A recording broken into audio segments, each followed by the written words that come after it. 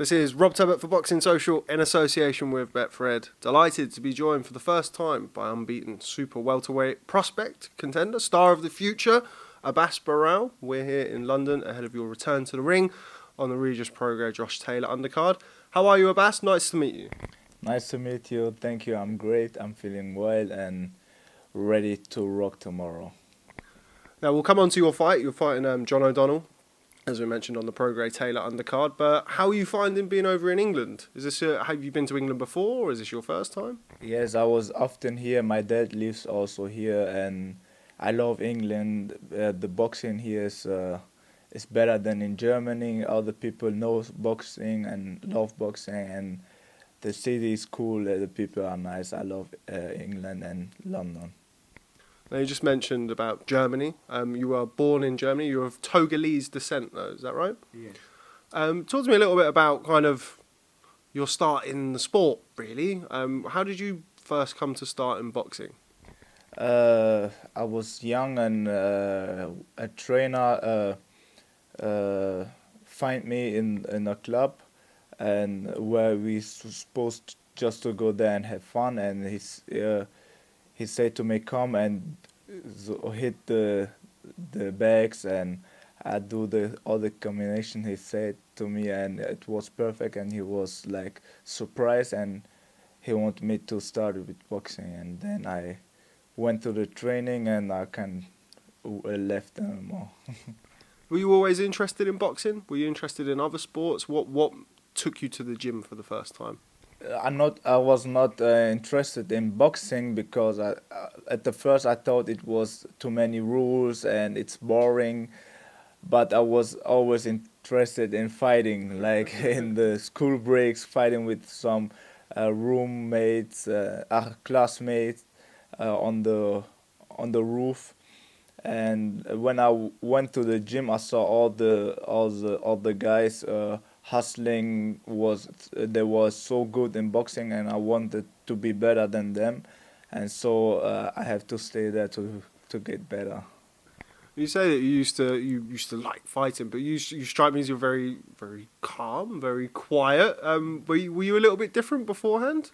Yes, I think as a young kid, I was in my age taller than the others, and I was like I had too much energy, and I always wanted to put my energy out. And in boxing, it was a better place for that. Now, you were a very very established amateur. You got a bronze medal at the World Championships, you're a European gold medalist. Talk to me a little bit about your amateur background, because you fought some people who, some of our viewers who may not know you yet, as well as I'm sure they will do after you box tomorrow. But talk to us a little bit about your amateur background and your amateur career. Yes, the amateurs, I had like hard times to get known and to get how it calls to get Recognised? recognized by the national team, and I had a difficult way. I had sometimes like concurrent, so some other fighters in my class that was favorite, and I had to get through them, and I had a difficult way to come up to the national team and to get outside international to fight there. And I think it was a tough time, and I have all the experience. I take them to the pro, and I think it will help me to get to the top on the pro also. When you were an amateur, as I just mentioned, you had some success when you were an amateur. Were you always thinking about one day becoming a professional fighter? Yes, of course. It was my goal to become a pro, and I have first to get a good amateur medal like European Championship, bronze at the World Championship, and that always wanted to go to the Olympic Games, and I missed it 2016, but I thought it was not all my fault because of the national team and all that. I couldn't find the wrong things I've done with that. So when I won the European gold and the bronze medal, it was a good time for me to start what I always wanted. Now, boxing is historically, over the years, been a very, very big sport in Germany. I hope the German boxing fans don't mind me saying this, but it's not as strong now as it has been in some of the years. But everybody who I speak to about you, whether it be people from your promotional company, Sauerland, or just boxing fans in general who have seen you box, they all rave about you. They're all very positive and very complimentary. Do you feel that? Do you feel not pressure, but an expectation that you're seen by a lot of people as Germany's leading boxing prospect? I don't see the pressure because I'm pressuring myself enough, and but it's nice to hear what the other people's thinks, and I recognize is it also that the boxing is going down in Germany, and I think the things I miss in the German boxing sport, I do it by myself. I try to have a good fight and to always be better than yesterday, and I think that was all the things was missed in German boxing sport. Talk to me about Ulli Wegner. Everybody knows him. He's been around the sport for a long, long, long time, long before I was born. What's it like working with him? What type of person is he? He's like, for me, he's like a mentor, and he know a lot of things, and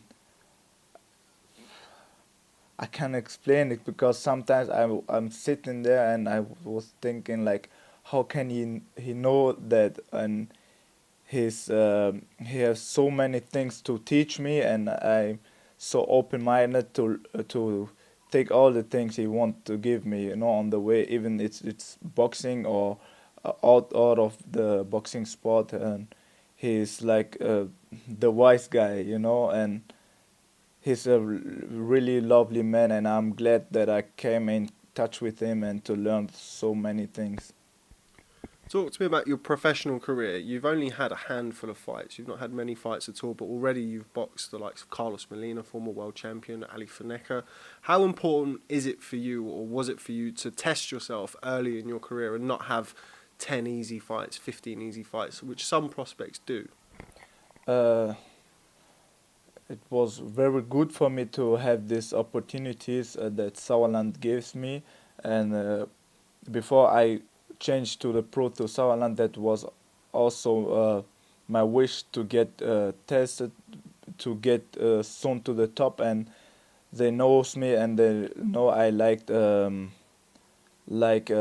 challenges, and I spent a lot of time at the amateur, and now it was time for me to move on, and I don't want to wait till I get my chances, and they believe in me, and all the challenges they gave me, I do it perfect, and I'm also proud of myself, and that's how the steps continues.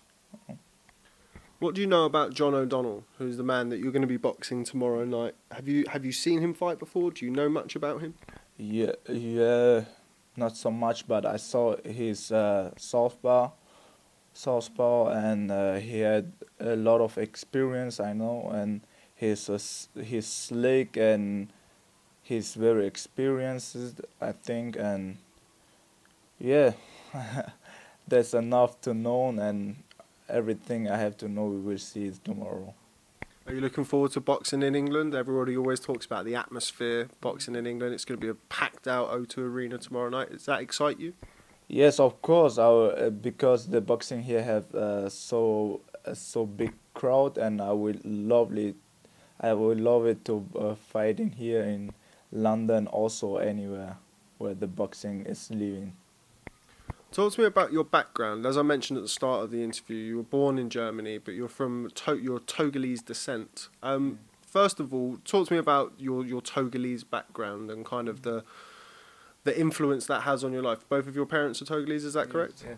I was born in Germany, but I raised up in Togo. I lived there like 9 years. Till I was 9, I came back to Germany, and it was great for me to grow up there because I know or really where I'm from, and know all the people there. My family lives there. The big part of my family lives there, and it gives me a kind of strength for my life, and I'm really thankful for that. And it was great in Togo, and I'm happy I have this all the time there. What's the biggest difference between Togo and Germany? Togo, the biggest difference I think is there are a lot of poor, and but also you can feel the love, and in Germany also, but not all the time. It sometimes you think about unnecessary stuff, and in Togo, you you feel like you're always happy and have always love with little things. You don't have the like big cars or something, but the little things are worth it. It makes you appreciate the things that you do have, right? Yes, of course. Okay. I think we're probably about there. I think it's been nice to sit down. For those of you who are watching, I've accosted Abass just after the weigh-in. I'm very grateful for your time because I know that you've just eaten and you want to go to sleep. But I think it's a good introduction to, certainly for me and all of our viewers.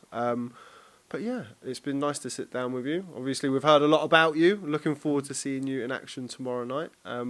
One final thing before you go. What message have you got for UK fans who are going to be tuning in, hopefully, to watch you tomorrow night against John O'Donnell? UK fans, I hope you understand my English and I hope you're going to enjoy the fight tomorrow, and I hope we're going to see us soon again. Your English is very good. It's better than some English fighters who I speak to, so well done. Abass Baraou, thanks very much for speaking to Boxing Social. First time, hopefully not the last time. Catch up with you soon. Thank you very much. Thanks. Great. You're welcome. Thank you so much.